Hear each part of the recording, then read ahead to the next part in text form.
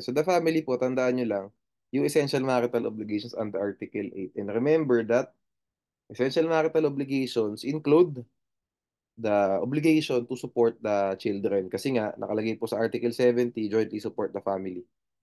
Tan and Danversandal. Punto po tayo sa family home. Okay, so ano question dito? Ito pong important dyan. Does the family home, or does the house, have to be owned by the spouses or the unmarried head of the family to become a family home? The answer is no. Hindi po. Wala naman sinabi. Sabi lang naman sa law, constituted. Asan yung ownership dun? So kahit po rented property, pwede maging family home. Okay, so paano po natin malalaman kung family home o hindi yan? Tingnan natin yung acts. Tingnan natin yung kontrata. Tingnan natin yung kaso. Sabihin natin, attorney, 1 year lang naman yung rental. Pwede ba natin sabihin family home? In my opinion, hindi. Kasi short-term lease.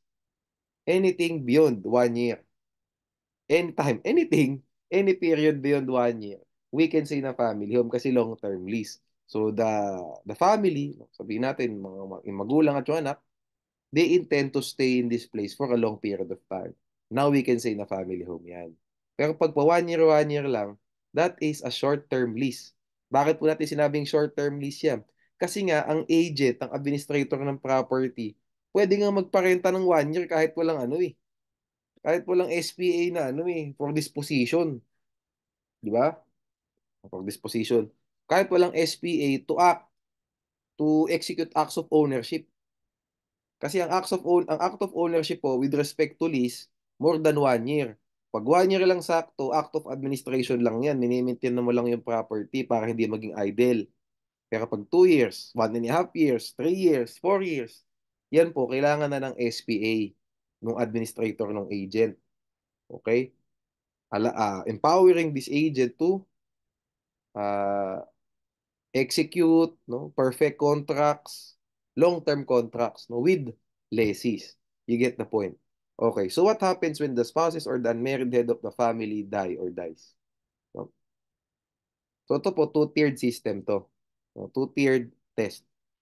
Pag namatay na sila pareho, sabihin natin, mag-asawa, patay na sila pareho. Pag buhay pa isa, hindi pa bibilang yung 10 years. Dapat namatay pareho. Namatay yung isa, 2,000. Namatay yung pangalawang asawa, 20, yung husband, namatay 2,000. Namatay wife, 2010. O di from 2010, bibilang ka ng 10 years. Or as long as there is a minor beneficiary. So ano po ibig sabihin nito? What's the context? No? Maximum po nito 18 years. No? Maximum. Anywhere from 10 to 18 yan. What do I mean by that? O, tingnan niyo muna, pag may ganito mga tanong, ano po ba kasi ang magiging parang importance nitong provision na to? Ang importance po nito, i-correlate po natin itong ah, period na to sa execution, attachment, lahat ng yun, levy, partition of the family home. Okay? Kasi ito pong panahon na to, yung 10 years, as long as there's minor beneficiary, prohibition yan. Hindi ka pwede mag-partition agad. Hindi ka pwede mag-execute agad, and so on. Okay? Pero subject to exceptions pa rin naman po ito. Subject to exceptions pa rin naman. No? Like yung dun sa ano, paano pag may mortgage talaga yung property, yung family home, minortgage nung mag-asawa, wala tayong magagawa dyan. Maiilit talaga yan. Pero we will tackle that later on. Dito muna tayo sa ah, article na to. So sabihin natin, lahat sila matanda na, 20, 25, 30, 35, magkakapatid. So 5 taon ang pagitan nila, 20 anyos yung pinakabata. Bibilang ka ng 10 years bago nila mapartition yan. So pag yung 20 years old, naging 30 years old na, at saka pwede na kayo mag-partition. Unless, kaya sabi ko, two-tiered system, tingnan din natin, baka naman si Bunso, sobrang bata pa. What if menopausal baby? Bago, alam niyo na, bago mamatay yung mag-asawa, nagkaroon sila ng sanggol, months pa lang. O, bibilang ka ng 18 years. Until maging adult yung bata. Pag naging adult na yung bata, 18 years na yun, pwede nang mag-partition. Before that, hindi pwede. Kasi dapat yung minor beneficiary, he or she shall be allowed to enjoy yung family home niya. Kasi pag nag-partition ka, pera-pera na yan ang usapan niya. Hindi pwede yun. Kailangan ma-enjoy niya as a whole yung family home. Okay. Ulila na nga eh. Diba? Kayo, matatanda na kayo. Ganon. Iba mga kapatid. Kawa naman yung minor beneficiary. Okay. So ngayon, ang pinakamatinding tanong po dito sa family home, who is a beneficiary? Ito po, ito ang important. Article 1.5 po. Who are the beneficiaries? The husband and the wife. Obviously, sila nagpundar niyan. Or the unmarried person who is the head of the family. Siya nagpundar niyan. Ito po ang important. Itong last phrase na to. So, sino pa ang mga beneficiaries? Parents, ascendants, descendants, brothers, sisters, who are living in the family home and who depend upon the head of the family for legal support. Okay, question. Si lolo, si tatay, si apo. Si lolo, kanya yung home. Si tatay, OFW, yung apo, nakatira sa lolo. Okay? So, tatlo. Lolo, tatay, apo. Si tatay, OFW, si lolo, may-ari ng bahay. So, family home yun, sabihin natin.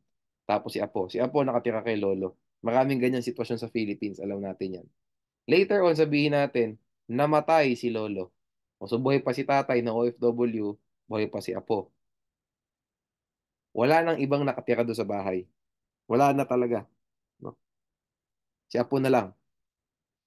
Question, pwede na bang i-execute yung bahay agad? Or kailangan mag-intay pa tayo nung itong for a period of 10 years or for as long as there is a minor beneficiary? So sabihin natin, si Apo is 3 years old. Mag-iintay pa ba tayo ng 15 years bago pwedeng i-execute yung bahay? No. Right then and there, nung namatay si Lolo, pwede na. Why? Kasi hindi po beneficiary yung Apo who depend upon the head of the family for legal support. Ano ba ibig sabihin ng legal support? Di ba may order of ano yan, priority? Who is obliged to support, di ba? Yung anak. Ang una sa pegging order dyan, yung tatay. Eh, buhay pa yung tatay, OFW eh. O di yung lolo, hindi siya obliged to support the apo. That is a voluntary act of the lolo, di ba? To take care of his apo. But that's not legal support. Voluntary lang yan. Okay, so with that being said, pwede na agad i-execute right then and there nung namatay si lolo. Okay? Sabihin natin, I'm sorry, palito na. Mali. Bilang ka lang ng 10 years. Ayun pala. Ayusin natin ulit. One more time. Okay, I'm sorry. So, sabihin natin, 3 taon yung bata. Di ba? So, namatay si lolo. So, again, di siya beneficiary. No? So, ito po, hindi mag-a-apply. This provision will not apply. Itong phrase na to will not apply kasi hindi siya beneficiary. So, hindi po 15 years yung magiging time before the property, the family home can be executed. 10 years lang po. Nakalagay naman dyan, the family home shall continue despite the death of ni Lolo. Sabihin natin, wala na rin si Lola. No? For a period of 10 years. So, yun po pala. Bilang ka lang ng 10 years. So, 13th birthday ng bata, pwede nang i-execute yan. Not because beneficiary siya, but because sabi kasi ng law, 10 years. Okay, so pati ako nalito ako doon sa two-tiered test ko. Okay, ulitin natin. Lolo, tatay, apo. Namatay si Lolo, hindi po mag-work itong minor beneficiary na to. Kasi hindi beneficiary si apo ni Lolo dahil hindi po siya dependent upon his Lolo for support, legal support. No? Voluntary support lang si Lolo. Okay? Tatay ang may legal support. No? Ang obliged to give legal support. So, 10 years lang. Tapos niyan, pwede nang i-execute. Okay?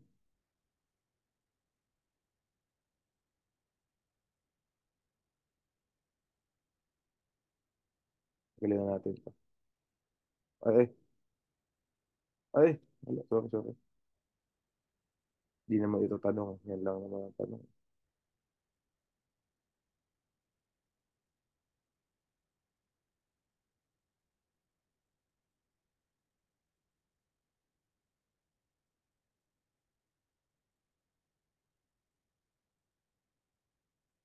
No?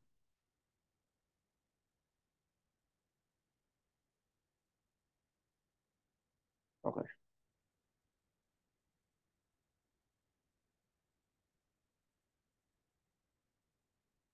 So to, how long will it be exempt from execution?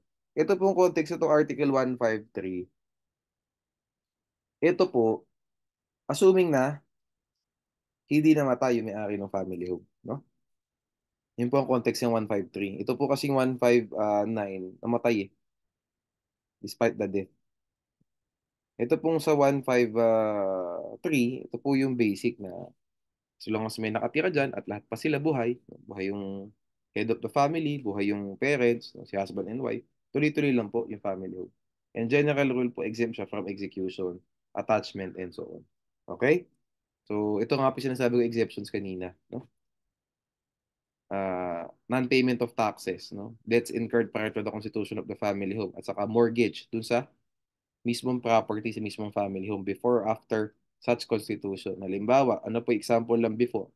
So, para makapagpatayo ng family home, umutang sa bangko. Siyempre, may mortgage agad dyan. Bago pa mabuo yung bahay na yan, mayroon ng nakakasang mortgage dyan. Diba? So, yun yung before. O pag after, sabihin natin, nagipit ang pamilya, kailangan ng pera, o isinanla yung bahay, exception din yun. Hindi pwedeng isinanla mo yung bahay, tapos later kung sasabihin mo, hindi ako bound yan kasi family home. That's unfair. And lastly, yung last three, no? Ito yung hindi na madalas mangyayari siguro to, no? Yung debts due to laborers, mechanics, architects, builders who rendered service. Okay? So, the family home may be sold, ayan, donated, alienated with the written consent of the person constituting the same, the latter spouse, and the majority of the beneficiaries of legal age. So, ano po ito? Again, ulitin ko ang context po nito, dapat walang namatay. Okay? Pag po may namatay, pag yung namatay, hindi po dapat namamatay, no? Kaya iniba ko talaga sila ng topic. No? Hindi po dapat namamatay yung head of the family o yung parent, yung husband. Ano? Kasi pag namatay sila, iba na yung mag-govern ito. Okay?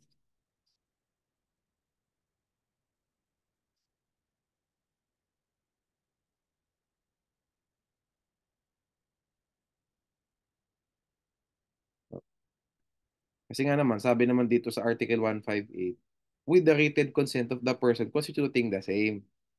Diba? So, ibang-iba po siya doon sa 159.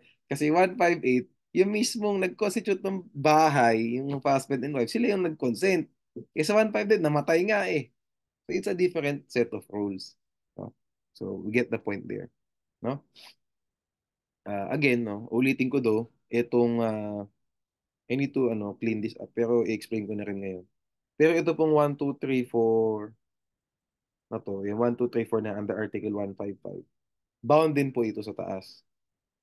Sabi natin, namatay yung spouses. Pero tapos, kailangan ng hilahin ng bangko, yung bahay, kasi may mortgage yung bahay eh. Kahit po may minor beneficiary, pwedeng hilahin.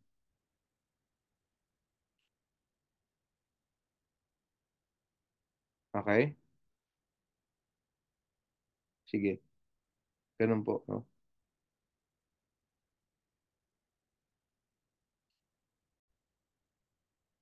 Ito yung sinasabi ko kanina sa inyo na nung tinakil natin to, sabi ko ito muna, wag na natin i-factor in yung iba. Kasi kako, sabi ko rin naman sa inyo earlier na pag mga may exceptions na like yung Article 155 na yun, yung 1, 2, 3, 4, ala na to lahat na to. Kahit na may minor beneficiary, kahit na hindi pa 10 years, pwede na talaga. Pero pag ito lang po alone, no? Ang facts, yan lang, 159 na yan, saka 154 na to. Sabihin natin dyan, ay hindi pwede mag-execute. Diba? Kasi mayroon pang minor beneficiary or hindi pa nakakalipas yung 10 years. Pero pag one step further pa tayo, pero nilagay sa facts, 2 taon pa lang namamatay yung husband and wife. Pareho sila. Sabihin natin sabay sila namatay. 2 taon. Pero mayroong sanla doon sa bahay. Sinanla yung bahay. O, pinoforeclose na ng bangko ngayon yung sanla, yung mortgage. Wala tayong magagawa kasi andito siya. Okay? Andito siya. I will clean this up, no? Pero I hope you get the point. No? So basically, uh, ito po yung general rule, no? 10 years, minor beneficiary, two-tiered test siya. Exemption po ito din ng 159. Okay? Dun sa pag namatay. Okay? O ito naman, in general lang to, as long as buhay pa lahat. Okay? So, ganun din. Ito, general rule din to. So, basically, dalawang general rule. Ayun pala. Dalawang separate rules. Dapat ito, hindi lang ito covered ng ano, dapat I should have clarified na ito, different general rules. Ito, general rule din to, no? So, ang context po kasi ng 153, lahat sila buhay pa. Okay, lahat sila buhay pa. Okay, kasi pag namatay yung ano, well, pag namatay yung anak, hindi naman sa doesn't matter, pero hindi naman yan yung 159, 153 pa din. Pag namatay yung magulang yung nag-constitute ng family home, ayan, 159 na tayo. So, pero kung 159 man, or 153, no, 159, o 153, ito pong exceptions. Itong apat. Okay? Pag may sanla, no, buhay man yung magulang o hindi, kung buhay, o pwede na i-foreclose. Walang problema. No? Pagpatay yung magulang, ala na rin problema sa 10 years at saka do sa, as long as minor beneficiary resides. Mapo-foreclose yan. Okay? Ito pong last na to, itong last two, itong isa na to, ang context po nito, kapag sa one, exception lang po ito sa 153. Okay? So, dapat pala inulit ko. Dadalawahin kong ganun. No? Yun, that's how I will clean this up. No? So, separate ang rules. Tapos ito isa, when the creditor whose claims is not among those mentioned in Article 155 obtains a judgment in his favor and he has reasonable grounds to believe that the family home is actually worth more than the maximum amount fixed in Article 157. So basically po, ito din, exemption din ito sa 159 at saka sa 153. So paano natin gagawin to? I will fix this off cam na lang. Basically, ang gusto ko lang i-point out sa inyo, mayroon pong kanya-kanyang exceptions. Ito general rule to, may kanya-kanyang exceptions. Itong 155, 158, 160. Yung pong 159, meron din kanya-kanyang exceptions. No? Ano po exceptions niya? 155, itong apat na to, plus ito. Exception tong 160 na yan, yung presyo ng bahay. Okay? Kasi sinabi na rin eh. Binanggit din naman, not among those mentioned in 155 eh. So pareho sila ng parang weight.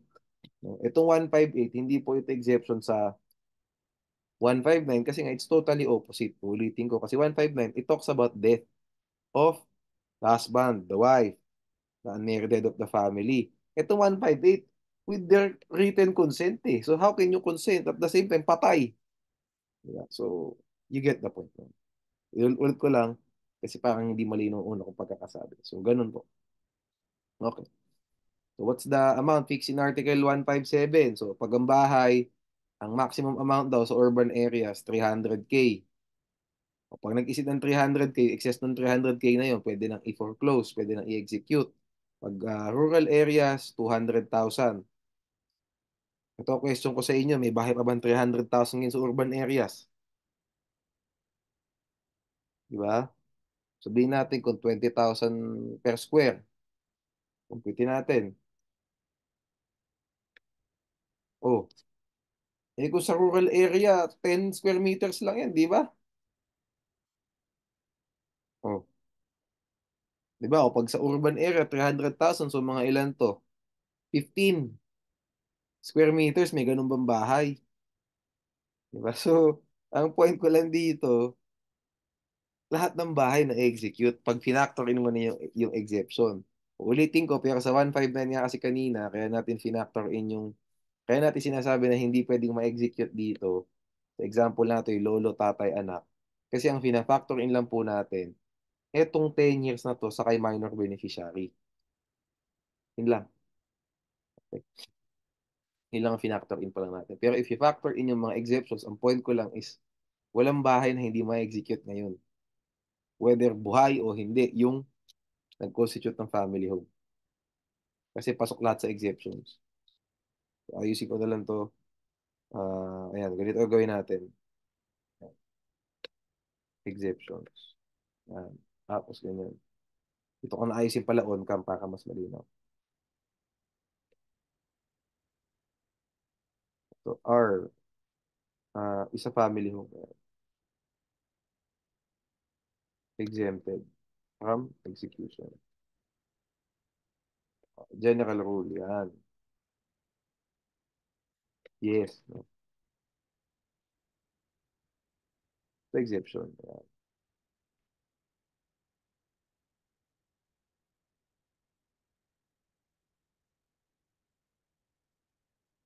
Okay. Tapos next.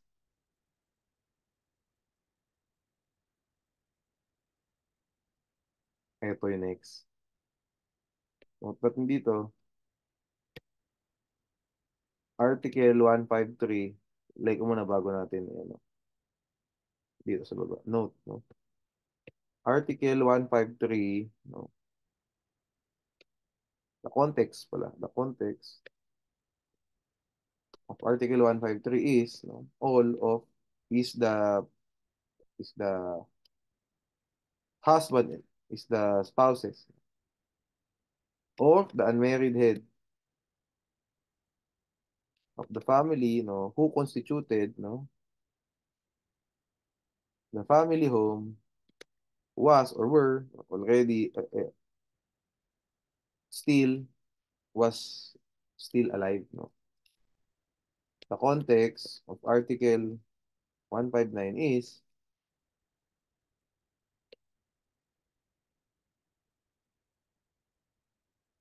was were already dead. Has pala. Has have died.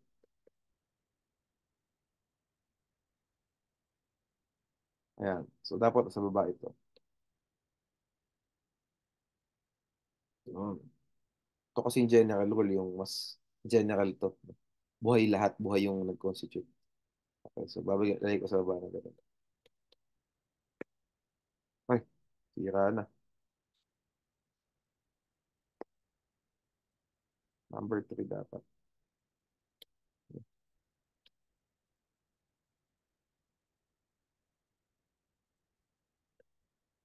Number 2.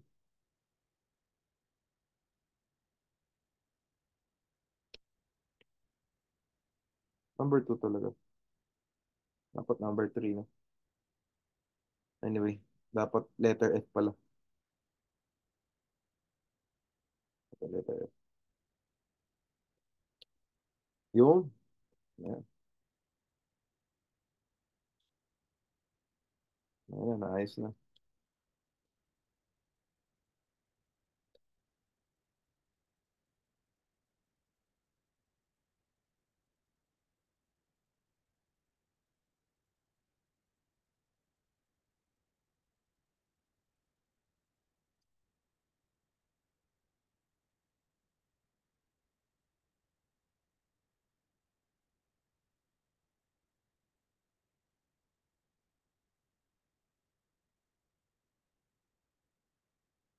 Yan.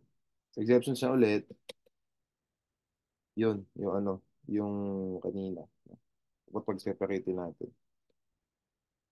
There you go. Sira ito.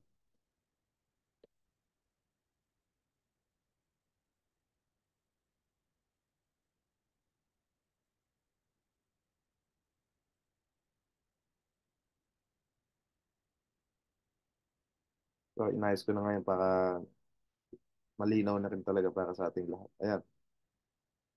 Okay. Tapos copy paste ito.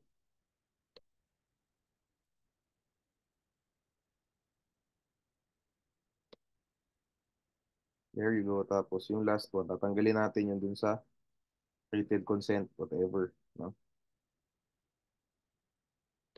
There you go.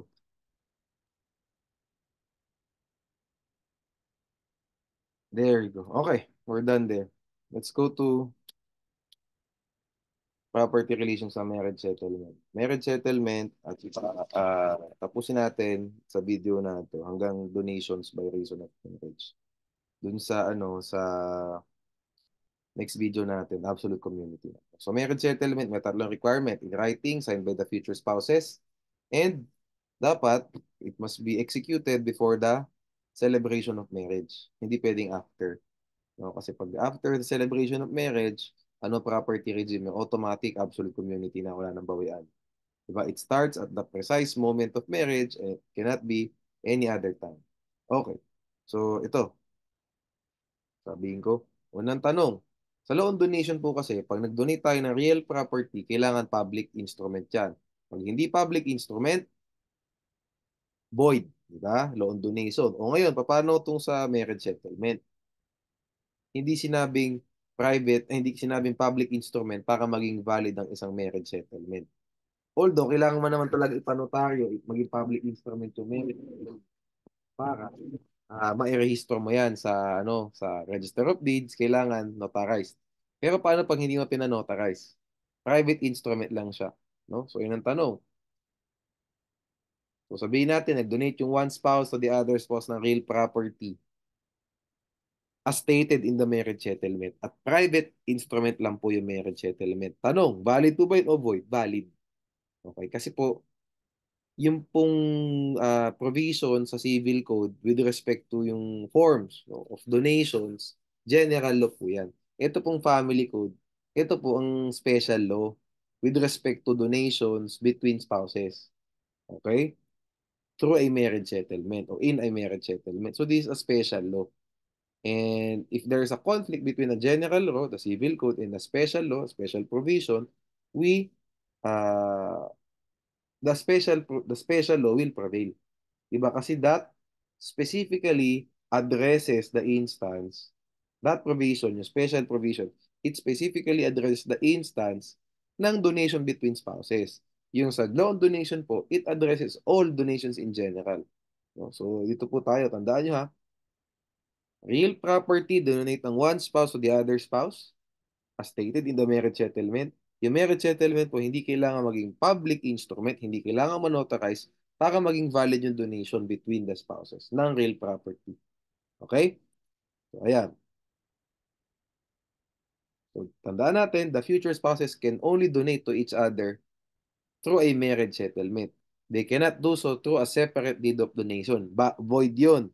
Kasi nakalagay po sa Article 84, if the future spouses agree upon a regime other than the absolute community of property, they cannot donate to each other in their marriage settlements.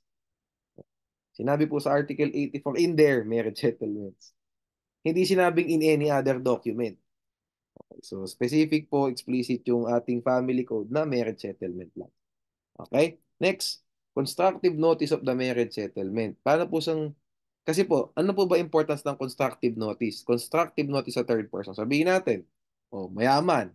Ang prenup nila, complete separation of property. Hindi nila inirehistro sa RD at saka sa civil registrar yung marriage settlement nila. Pag hinabol sila ng creditor, ang iisipin ng creditor, absolute community of property kayo. So kung may utang si Juan, pwede kong habulin si Maria. Di ba? Absolute community eh. Di ba? Pero pag nairehistro nyo yan at nakalagay po sa marriage settlement nyo na complete separation of property tayong dalawa, ay hindi mo pwedeng habulin si Maria pag may utang si Juan. Kasi constructive notice, alam mo dapat na hiwalay sila ng property. So ang utang ni Juan kay Juan lang. Ang utang ni Maria kay Maria lang. Kung hindi na ilagay ulit, no, hindi na irehistro yan, wala tayong lang mangyayari dyan. No? So, absolute community of property yan with respect to third persons. Between you, as spouses, complete separation. Pero with respect to them, as to them, the creditors, absolute community tayo. Mahabla kayo pareho. At both of you will be liable for the death of one. Okay, yun lang po ang context yan. Pakibasa na lang ito. Okay. Ito po yung isang modification. Parang ito po yung fourth requisite, no? So, unang tandaan natin, may tatlong requisites, no? In writing, signed by the future spouses, before the before the celebration of the marriage. May pangapat po. What's the fourth one? Paano pag yung kinasal, at least 18 but below 21 years of age? Tandaan niyo po, dapat, ano yung unang requirement dyan? Di ba, kailangan may parental consent. Di ba? Kasi pag walang parental consent, voidable.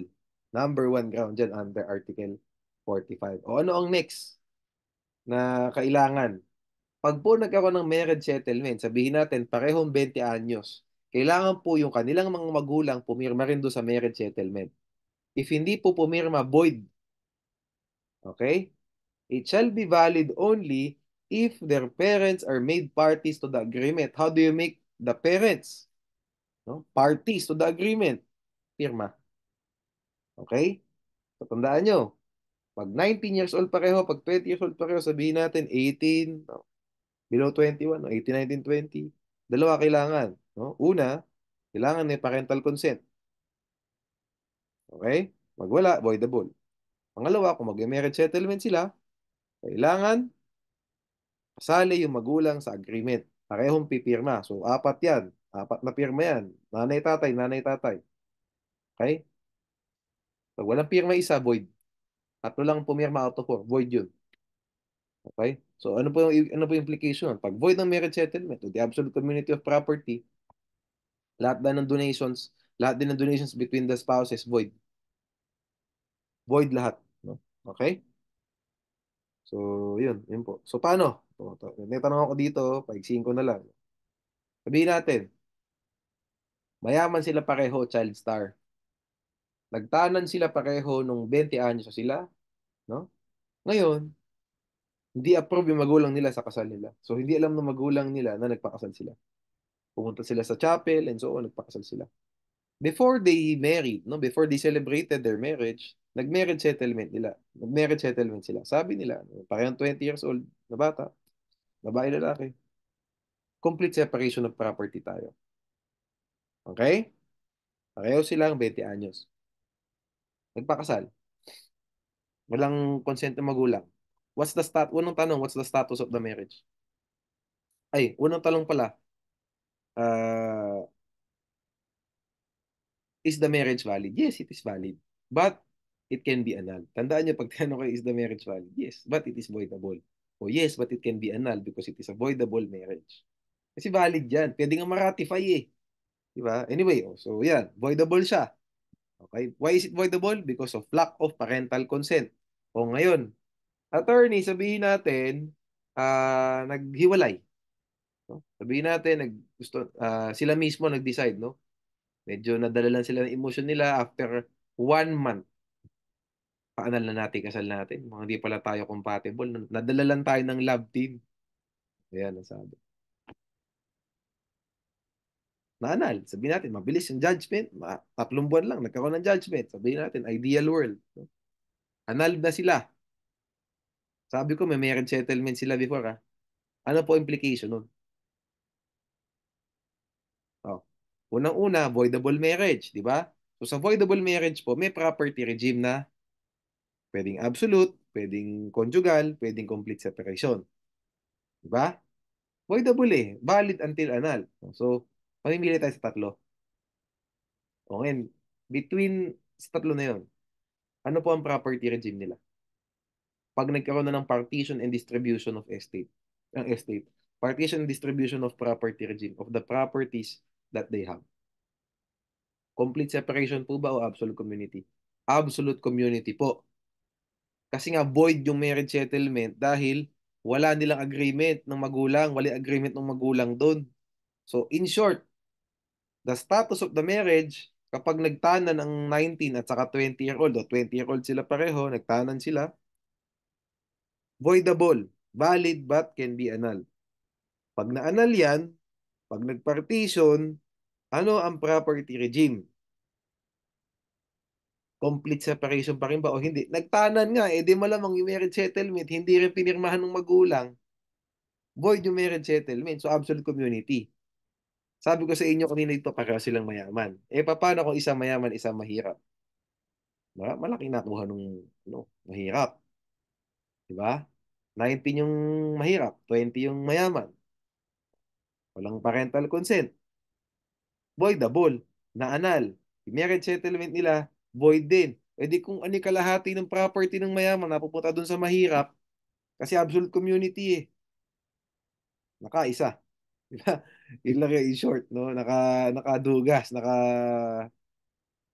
nadali niya ng legal, no? Nakakuha siya ng kalahating kayamanan. Hindi naman pala nakadugas. Legal naman yun. Pero ibig ko lang sabihin, nahati agad. Di ba? Yung mayaman, cut in half agad. Kasi walang visa yung marriage settlement. Okay, so in case the marriage is not celebrated, everything stipulated in the marriage settlement is void except those that do not depend on the celebration. Hindi, focus na lang tayo dito. Ba't ka na maglalagay sa marriage settlement ng provisions that do not depend on the celebration? Diba?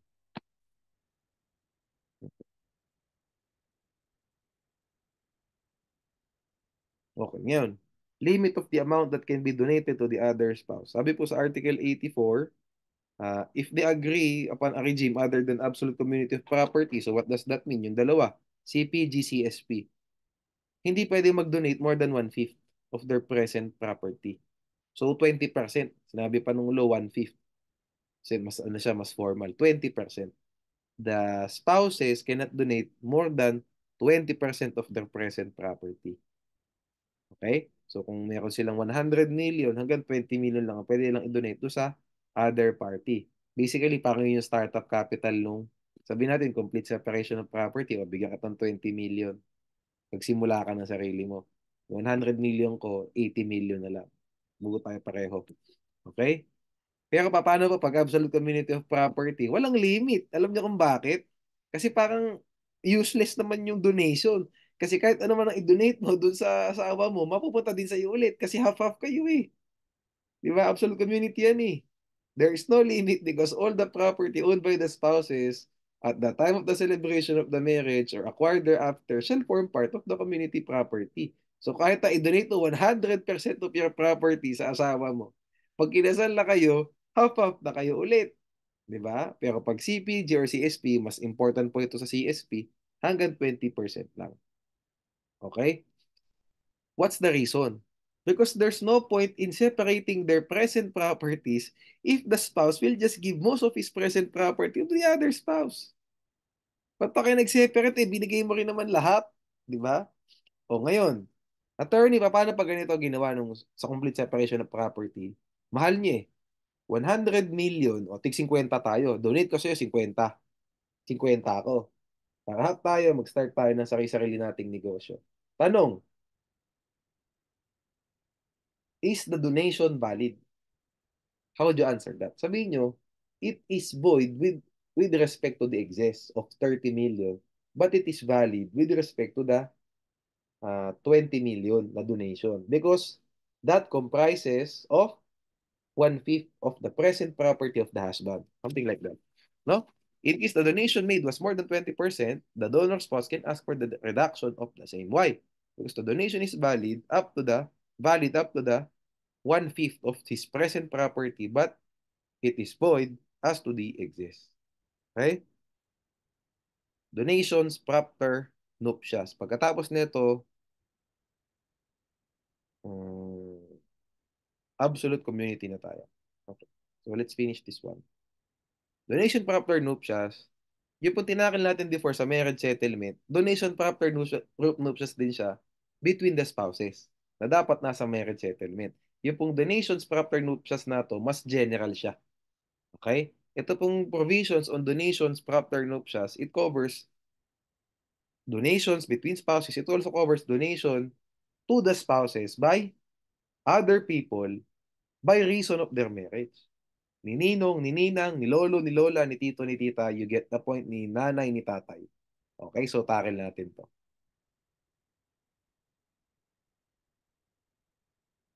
Tandaan nyo ha, in consideration of marriage dapat.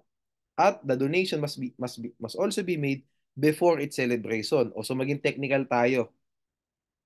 Technical. Nagbigay ng ampaw sa reception. 1 million. Cheque. Na nakalagay doon sa ampaw, in-encash later on, kumasa, na in-cash. Is that a donation by reason of marriage? It's not. Kasi yung binigay na ampaw, sabihin natin, wag na palang cheque. Malaki, na pagkasa sa ampaw, sabihin natin, 50,000 pesos. 50,000. Ampaw. By reason of marriage. Bayan o hindi? Hindi na po. Kasi the donation, yung ampaw, pagpabigay ng ampaw, yung 50,000, it was already made after its celebration. Dapat binigay mo yung ampaw na yan bago pa man mag-exchange ng vows yan. Kung magiging technical tayo.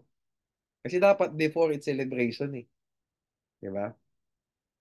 Kailan ba na-celebrate? Sa church. Bago pa man lumakad sa aisle, ibigay mo na yung 50 o ngayon. Ito, bigay ko sa inyo para may pangsimula kayo. O yan, donation for after nuptials yan. Okay? Pero yung after, donation na lang yun in general. So ano po implication nun? Yung donation na binigay sa reception, ang mag-govern po dyan, law on donation. Hindi po family code. Civil code na mag-govern doon. Pero pag binigay mo, simula nyo yan, bago pa man bago pa man magkaroon ng marriage ceremony sa church, family code, di ba? Gusto ko ganun eh. Kasi mga technical, mga very, naiba lang ng konti, nag-iba na yung sagot, no? Okay. At tandaan niyo po, the donation must be made in consideration of the marriage. Hindi para sa anak nila, kung nagkabuntisan na bago ikasal. Hindi po. May ganun kasing bar question dati. Ibinigay before the celebration of the marriage para sa pagpapalaki nung batang nasa sinapupunan, nung ah, para doon sa bata, no? Pregnant kasi yung woman at that time. Kakasal pa lang sila. Hindi rin po siya by reason of marriage. By reason of pregnancy siya. So, hindi po covered ng family, ng ano yun, ng donation para nuptials. Okay? So, if real property is donated, it must be in a public instrument. Bakit? Kasi, ito pong donation nila, no, sa donations para nuptials in general, hindi naman ilalagay sa marriage settlement yan eh. Kasi nga, donation to ng ibang mga tao ng hindi spouses, dun sa spouses. Diba? So, ano mag-govern po sa forms? Eh, di yung civil code. Diba? Yun ang mag-govern as to the form. Eh, diba sabi, pag real property, public instrument, otherwise void. Pag personal property, it may be writing or oral. Pero, actually, kulang to eh. Anyway, di-discuss na lang din sa property yan. Di ba? Pag more than, pag 5,000 no, yung binigay, dapat in writing, otherwise void. Hindi pwede yung oral na, na pag ganun kalaking halaga na property, hindi pwedeng oral lang. Okay, anyway, sa property matatakil yan. So again, donation by one spouse to the other spouse, marriage settlement. Okay? Ito, exception ito. Marriage settlement. Yan. Every donation between the spouses during the marriage, dapat pala kinapitalize ko to, during the marriage, shall be void. Okay? Ito pala sa review or hatiin ko. From marriage settlement pataas, first part ng persons. Tapos, absolute community pababa, yun yung second part. No? So, during the marriage void yan. And this provision shall also apply to those who are living together without a valid marriage. Tandaan niyo po itong 87 na ito. Ibig sabihin nito, lagyan ko context ha. The context of the last sentence is, no, the live-in partners, no, are not married, no, to other people. Kasi kung married siya to other people, aba, iba mag-govern dyan. Kasi concubinage, ano yun eh. Concubinage adultery. So talagang kahit ano donation nyo dyan, void yan. Yan, yun ang mag-govern in consideration. Di ba? Donations between persons, no, who are guilty of adultery or concubinage shall be considered void. No? Iba. Ano pa exceptions no dito sa donation by one spouse to the other spouse? Moderate gifts, no? What is moderate? No? Depende sa financial situation ng family. Diba? Baka Rolex sa family na to, hindi na siya moderate dito sa mga family na to, moderate. So use your common sense na lang. Okay? Sige, kotse baka moderate sa isa, dito sa isa hindi. So you get the point. Marriage settlement, nabanggit na natin to, pwede. No? Future property also pwede. Bakit? Kasi pag future property, govern po siya ng wills and succession. At kapag po, kasi, so, sabi natin, wills and succession, di ba, future property? Kailan ba nagte-take effect? Kailan ba nagkakaroon ng succession? At the moment of death. Di ba? Nakalagay, article, I don't know, 777, di ba? Transmitted to the heirs from the death of yung rights of the succession shall be transmitted to the heirs from the death of the decedent. Kailan nadi-dissolve ang marriage? Death. Di ba? So, pwede kang mag-donate ng future property sa isang will, sa isang last will and testament, kasi dalawang event ang nangyari. Una, na-dissolve yung marriage. E pag na-dissolve yung marriage, pwede mo na talagang ibigay. Kung ano man yung share mo dyan. Di ba? Pangalawa, kasi nga, yung donation, Donation of future property, nangyari nung namatay din. So both, so yung donation of future property took effect nung namatay, and the marriage was also dissolved nung namatay. So both of them happened at the same time. So it's a valid donation of future property. Okay? Pag donation of present property, general rule, void. Exceptions, moderate gifts, marriage settlements, future property. Okay? Wills and succession. Okay. Ito po, natandaan nyo, donation by one spouse to the other spouse to. Iba po yung donation by one spouse to charity. Donation by one spouse to his relatives. Iba yun. Kung mag-govern po doon later on yan, yung spousal consent yan.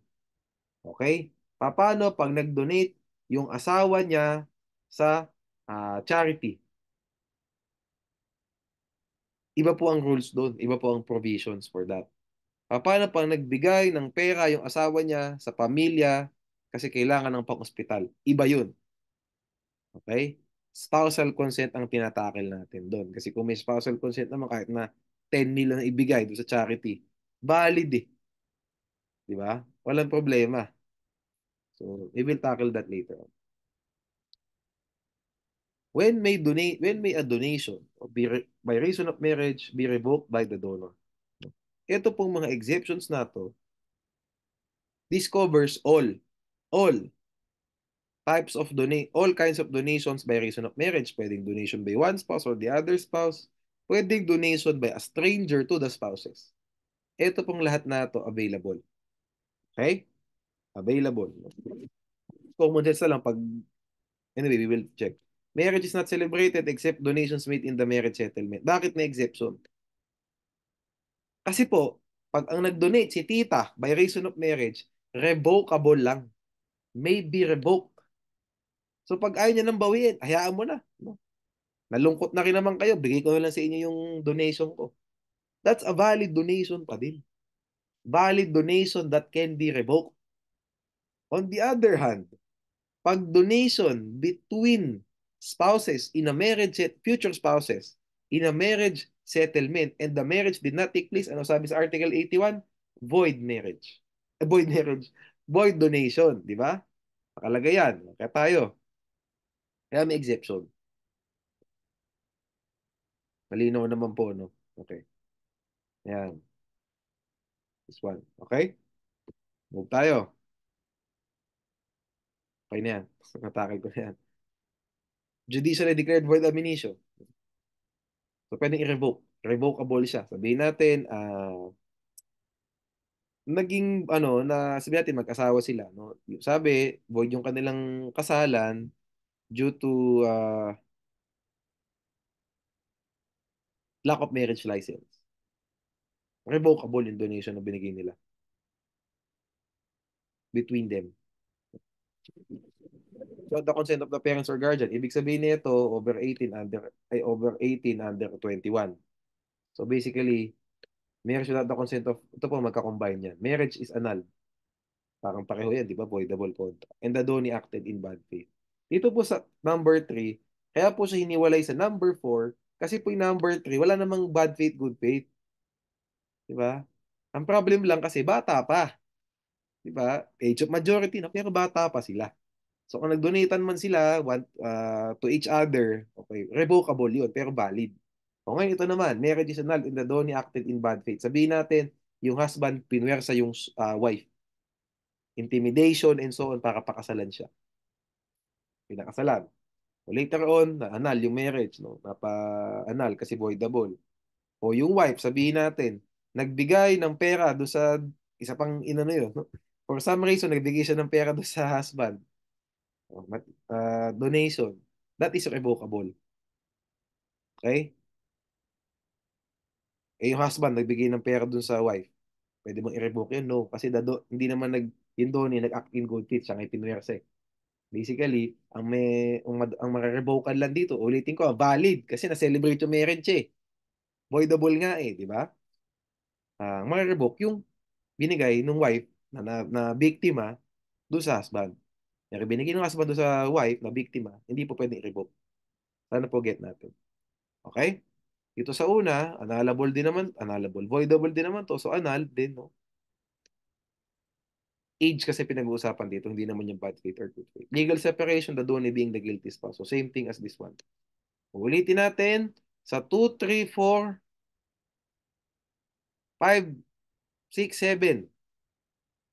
Lahat po na to valid donation but can be revoked. Okay? Ito po, marriage is not celebrated, valid donation but can be revoked. Ito pong exception na to, void donation. Okay? At gusto ko palang i-ano no, i-point out din. Iba rin yung Article 43 na hindi ko nababalikan kasi masyado nang gugulo. Hindi na ganun kalalim yung tanong sa inyo. Yung Article 43, if maaalala natin, ito yung ano, yung reappearance, nagpakita yung first husband, sabihin natin. Akala niya patay na, eh buhay pala. O, nag-file ng affidavit of reappearance, dissolve yung second marriage. Ano ang mangyayari sa property regime ng second marriage, di ba? Yung children nila shall be considered legitimate. Yung absolute community of property nung second marriage, it will be dissolved. Kapartisan, and so on. Tapos yung mga topics yan about insurance, di ba? About succession, about donation. Pakibasa na lang. Hindi ko na i-mix dito masyado. Sobrang hirap na. No? Okay. May mga good faith, bad faith din doon. Okay.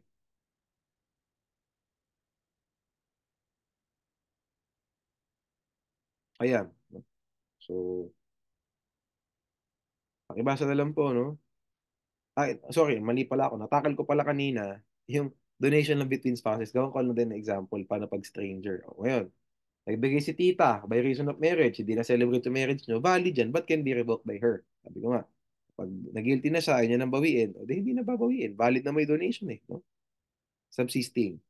Na-declare void ab initio. Nagbigay ulit si, di ba, nagbigay nga si tita no, ng donation by reason of marriage na declare as void later on kasi walang marriage license. Valid but revocable. Okay? Same thing here. Same thing here. Same thing here.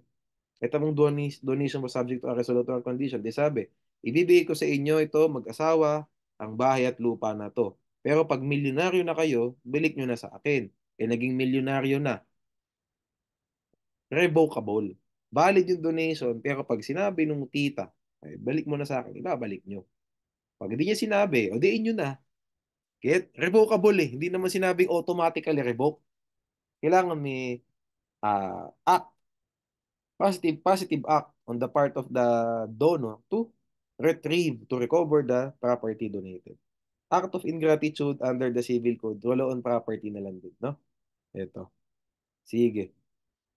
This covers donations by third persons by reason of marriage and those made by the future spouses. Just that ulitin ko, yung future spouses, marriage settlement po palagi.